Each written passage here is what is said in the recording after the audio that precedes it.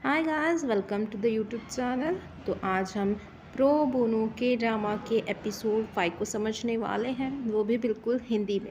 और अगर आप हमारे चैनल पर नए हो तो हमारे चैनल को सब्सक्राइब करें।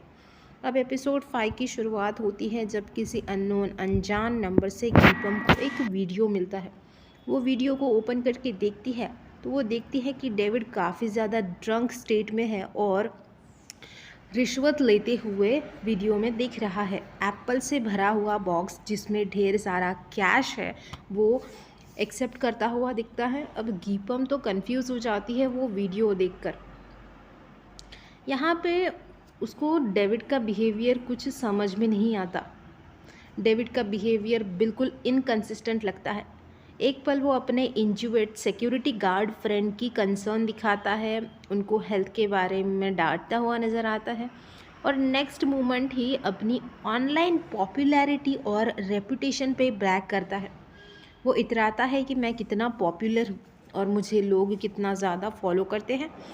अब इन सब की जानकारी लेने के लिए गीपम इंक्वायरी करती है, अपने एक जज फ्रेंड के पास जाती है और उसकी जज फ्रेंड उसे बताती है कि हाँ, डेविड पर रिश्वतखोरी के एलिगेशंस लग चुके हैं।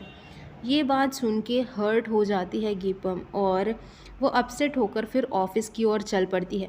ऑफिस आकर वो डेविड के साथ काफ़ी कोल्ड और रूड बिहेव करना शुरू कर देती है। अब यहाँ डेविड को तो कुछ समझ में नहीं आता कि गीपम उसके साथ ऐसा क्यों बिहेव कर रही है। उसे तो पता ही नहीं कि गीपम ने वो वीडियो देख चुका है। अब यहाँ प्रो बोनो टीम को ह्यूमन राइट्स कोलिएशन का फुटबॉल मैच का इनविटेशन मिलता है।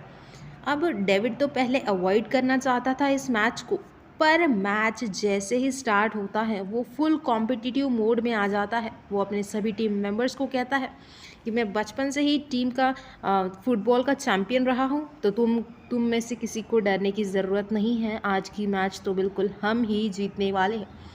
अब यहाँ पे मैच शुरू हो जाती है। अपोजिट टीम है यांगचन टीम। वो टीम काफ़ी स्ट्रॉन्ग होती है, जबकि यहाँ प्रो बोनो टीम बिल्कुल ही बेकार। यहाँ पे सामने वाले टीम के 5 गोल हो जाते हैं और हमारी प्रो बोनो टीम तो एक भी गोल नहीं कर पाती है, उनका स्कोर 0 ही रहता है। एक पॉइंट पर यहाँ पे वो तो दूसरे सामने वाली टीम का गोल कर देते हैं। यही हमें पता चलता है कि यॉनसन एक मल्टी कल्चरल विलेज है जहाँ पे काफ़ी इमिग्रेंट्स और मिक्स्ड रेस रेसिडेंट्स रहते हैं। टीम की हेड चीयर लीडर काया यंग, वो काफ़ी सुंदर है और मॉडर्न भी है। वो अच्छे कपड़े पहनकर आती है प्रो बोनो के ऑफिस में और वो डेविड को अपने डिवोर्स लेना है ऐसा वो कहती है। उसे डिवोर्स चाहिए। डेविड यहाँ इनिशियली काया के केस को लेने से बिल्कुल मना कर देता है, साफ उसके चेहरे पर उसे मना करता है। उसे लगता है कि काया सिर्फ साउथ कोरिया का वीज़ा लेने के लिए उसने यहाँ शादी की और वो एक गोल्ड डिगर लेडी है।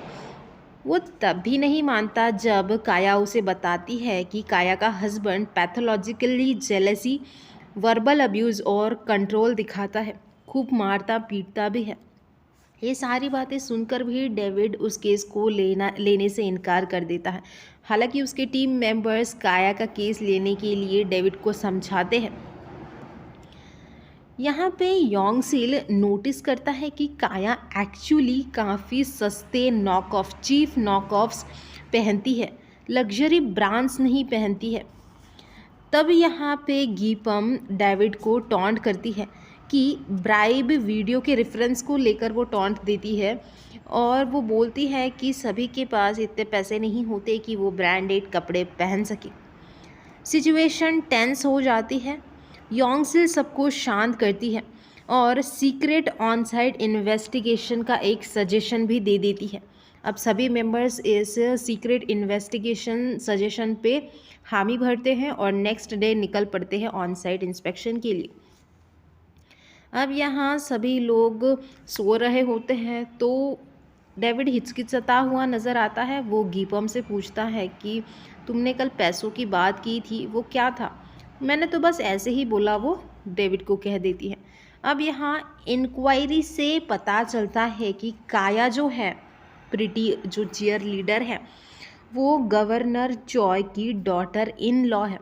यहाँ सभी टीम मेंबर्स हर एक गांव के लोगों से बातचीत करते हैं, उनसे इकट्ठा करते हैं थोड़ी थोड़ी इन्फॉर्मेशन काया के बारे में, उनके इन लॉज के बारे में। और जब वो सभी लोग काम ख़त्म करने के बाद एक जगह पे कॉफ़ी पीने के लिए मिलते हैं तब वो सारी इन्फॉर्मेशन शेयर करते हैं। अब यहाँ काया तो गवर्नर चो की डॉटर इन लॉ है। गांव के लोग उससे जेलस है और उसे काफ़ी शातिर लड़की बोलते हैं और वो अच्छी नहीं है ऐसा बताते हैं उनको। टीम को बुरा लगता है कि कोई सॉलिडेरिटी नहीं है। डेविड यहाँ ब्लंटली बोल देता है कि गांव के लोग भी शहर वालों जैसे ही सेल्फिश होते हैं। गवर्नर चो यहाँ प्रो बोनो टीम को डिनर पे इनवाइट करता है अपने घर पे। वहाँ वो यहाँ सभी मेंबर्स गवर्नर चो की तारीफ़ करते हैं और उनका शुक्रिया करते हैं, उन्हें खाना खाने के लिए बुलाया है। वहाँ वो काया के हस्बैंड डोंग मिन को देखते हैं। डोंग मिन बचपन से ही ब्रेन में इंजरी है जिसकी वजह से वो इंटेलेक्चुअली डिसेबल्ड है। वो काया को डॉल की तरह उठाकर पटकता है, उसके हाथ को घसीटते हुए रूम के अंदर ले जाता है और वो काफ़ी एक्सट्रीमली पॉजेसिव भी नज़र आता है। अब यहाँ रात को जब वो लोग कार से वापस जा रहे होते हैं तो कार में गीपम डेविड से एक सवाल पूछती है कि क्या आपका भी गांव ऐसा ही था। तो उसके इस सवाल को लेके वो एक्सप्लेनेशन देता है कि लॉ सिर्फ अमीरों के साइड में ही होता है, कॉमन लोगों के लिए नहीं। फिर वो फ्लैशबैक में चला जाता है। फ्लैशबैक में दिखाया जाता है कि उसकी माँ के पास इतने पैसे नहीं थे कि वो कंपनी पर केस कर सके जब उसका हाथ काम करते वक्त चला गया था। अब यहाँ वो उस मेमोरी को याद करता है। अब कंपनी पर केस तो वो कर नहीं सका, तो प्रेजेंट टाइम में यहाँ गीपम कहती है कि अब जब डेविड पावरफुल हो चुका है तो उसे कॉमन मैन का चैम्पियन बनना चाहिए। ये बात डेविड को पुश करती है और फिर वो यहाँ डिसीज़न लेता है कि वो काया का केस लेगा, लेकिन उनका जो लॉ फर्म है वो अगेंस्ट होता है। वो सभी लोग इस केस को ना लेने के लिए बता रहे होते हैं, लेकिन तभी वहाँ जंग इन आ जाती है और सबको कन्विंस करती है कि उन्हें ये केस लेने दो।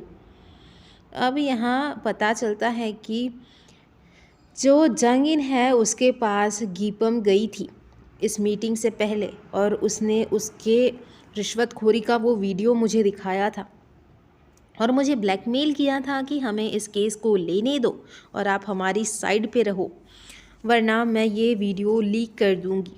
और फिर वो उससे उसका सपोर्ट जीत जाती है और जंग इन उनके साइड में हो जाती है। अब यहाँ ये बात जब जंग इन मीटिंग के बाद डेविड को बताती है तो डेविड शॉक हो जाता है। इसीलिए उसे समझ में आता है कि गीपम उससे इतना रूड क्यों बात कर रही है। अब वो टेंशन में आ जाता है। अब इन्वेस्टिगेशन स्टार्ट होती है। फुटबॉल मैच के बाद से काया को छुपा दिया गया होता है। वो यहाँ क्वाइट शांति से डिवोर्स चाहती थी, कोई सीन क्रिएट नहीं करना चाहती थी, लेकिन वो अपनी बॉडी पर जो निशान हुए थे, जो उसे मारा गया था, नेक पर स्ट्रैंगुलेशन मार्क्स दिखाती है। डोंगमिन पर यहाँ कोर्ट में अटेम्प्टेड मर्डर का चार्ज लग जाता है। एक वेट्रेस यहाँ पे टेस्टिफाई करती है कि कुछ यंग मेल विलेजर्स ने ड्रंक डोंगमिन को प्रोवोक किया था उस रेस्टोरेंट में, ये बोलकर कि काया इधर उधर सोती है और अपना बॉडी शो ऑफ करती है, जिससे कि कई सारे मैन उसकी ओर अट्रैक्ट होते हैं। ये बात सुन के वो रेस्टोरेंट में हल्ला मचाता है, चीखता है। अब अपनी स्टेटमेंट में काया बताती है कि डोंगमिन घर आकर उसी दिन उसके वार्डरोब से सारे कपड़े बाहर फेंक देता है, उससे उसका फ़ोन छीन लेता है और उसे रूम में ही लॉक कर देता है। डेविड यहाँ काया के ऊपर प्रेशर डालता है कोर्ट रूम में, तब वो एक्सेप्ट करती है कि हाँ, डोंगमिन ने बाद में उसका गला भी दबाया था, जिसकी वजह से वो वहीं पे बेहोश हो गई थी। कोर्ट में डोंगमिन ये इतनी सेंटेंस सुन के अपसेट दिखता है और अचानक काया बोलती है कि डोंगमिन बुरा इंसान बिल्कुल भी नहीं है, बस एक उससे गलती हो गई है। और उसे कोई जेल में मत डालो, कोई सज़ा मत दो, बस मुझे एक डिवोर्स ही चाहिए, है ना। वो डोंगमिन की साइड लेती है। शायद हमें लगता है कि उस पर किसी बात का प्रेशर है, इसीलिए वो डोंगमिन की साइड लेती है। अब काया के जो भी विलेजर्स है, वो उसके विलेज में कोई भी टेस्टिफाई करने को रेडी ही नहीं होता। काया को शेम और अटेंशन से प्रॉब्लम होने लगती है। गीपम यहाँ डेविड को ब्लेम करती नज़र आती है कि उसने केस को अननेसेसरी ब्लो अप किया। गुस्से में यहाँ फिर जब काया कोर्ट रूम से चली जाती है तो डेविड गुस्से में बोल देता है गीपम को कि तुम ही इस केस को क्यों नहीं संभाल लेती हो, क्योंकि तुम ब्लैकमेलिंग में तो एक्सपर्ट हो ही। ब्लैकमेलिंग का जो वर्ड जब गीपम सुनती है तो उसे समझ आता है कि जंग इन ने डेविड को सारी बात बता दी है। वो कन्फ्रंट करता है कि गीपम उसकी ब्राइबरी वाली बात सुनने को तैयार ही नहीं। वो उसे एक्सप्लेनेशन देता है, लेकिन गीपम उसकी कोई बात सुनने को रेडी ही नहीं है। गीपम यहाँ फिर शाम को घर जाकर अपने फादर को बताती है कि जब ट्रस्ट किसी इंसान पर से टूट जाता है तो दोबारा भरोसा करना काफ़ी ज़्यादा ही मुश्किल हो जाता है। वो अपने डैड को अपनी सारी बातों को बताती है। डैड कहते हैं कि तुम्हें कोई चिंता करने की ज़रूरत नहीं है, कोई उदास होने की ज़रूरत नहीं है। लेकिन यहाँ गीपम सच में काफ़ी उदास नज़र आती है। नेक्स्ट हियरिंग में डोंगमिन बोलता है कि उसने काया का जो गला है वो बिल्कुल भी नहीं दबाया, बस उसके गले को थोड़ा सा पकड़ा और उससे झंझोरा था। उस हल्के से ही बस उसके गले में उसको पकड़ा था, क्योंकि वो उसे कह रही थी कि वो उसे छोड़कर चली जाएगी। मिसेस चॉ फ्यूरियस हो जाती है और टेस्टिफाई करती है कि काया कभी भी उनके घर में रहना ही नहीं चाहती थी। वो डोंगमिन को फ्रेम कर रही है ताकि डिवोर्स ले सके और वीज़ा भी बचा ले। अब यहाँ पे उनकी इन बातों को सुन के काया थोड़ी सी हल्की रोने लग जाती है। अब यहाँ पे फिर नेक्स्ट हमें सीन देखने को मिलता है कि उनका जो लोकल फार्मासिस्ट है, उनके जो गांव का लोकल फार्मासिस्ट है, वो टेस्टिफाई करने के लिए आ जाता है और वो बताता है कि इंसिडेंट के बाद ही काया ने बर्थ कंट्रोल पिल्स उसके फार्मेसी से आकर खरीदे थे। डिफेंस कंक्लूड करता है कि स्ट्रैंगुलेशन मार्क्स फेक थे। उसके जो गले पे मार्क्स थे शायद वो फेक है, ऐसा डिफेंस कंक्लूड कर देता है। प्रो बोनो टीम का अब लास्ट होप होता है विलेज का हेड, जो एंड टाइम पे आ जाता है कोर्ट रूम में टेस्टिफाई करने के लिए।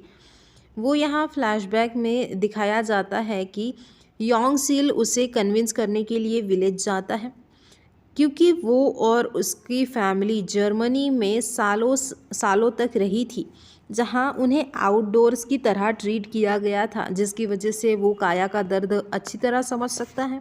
और इस बात को सुनकर ही विलेज का हेड टेस्टिफाई करने के लिए कोर्ट में आता है।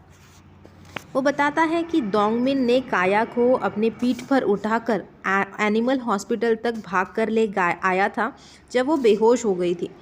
उसके पास फ़ोटोज़ भी होती हैं, क्योंकि मार्स उसे काफ़ी ज़्यादा सीरियस लगते हैं, इसीलिए वो अपने फ़ोन में उनको फ़ोटोज़ में क्लिक करके रखता है।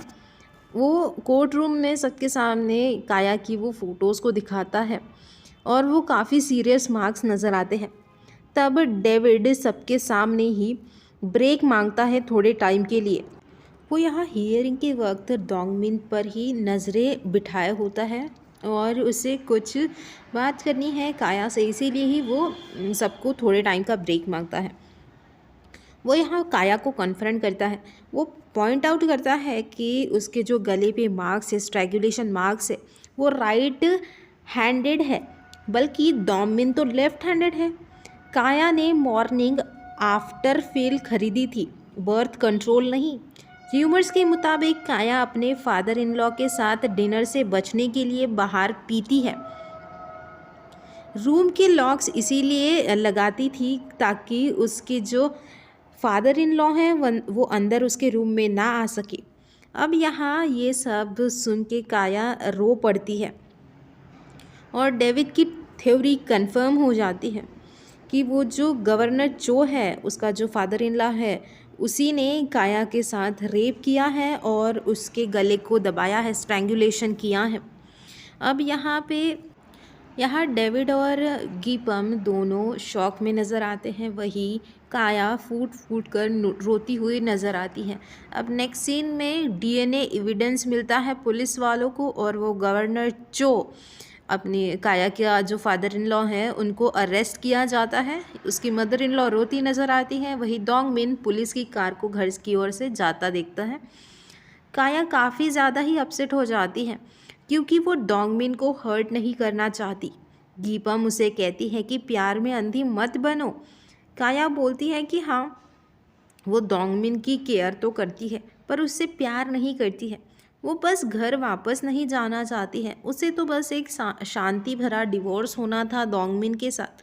ये तो आपने केस को और भी ज़्यादा ही उलझा दिया है। वो काफ़ी ज़्यादा डरी सी लगती है, लेकिन यहाँ गीपम उसके साथ रहती है और उसे कहती है कि डरने की बिल्कुल ज़रूरत नहीं है, मैं और डेविड आपके साथ है।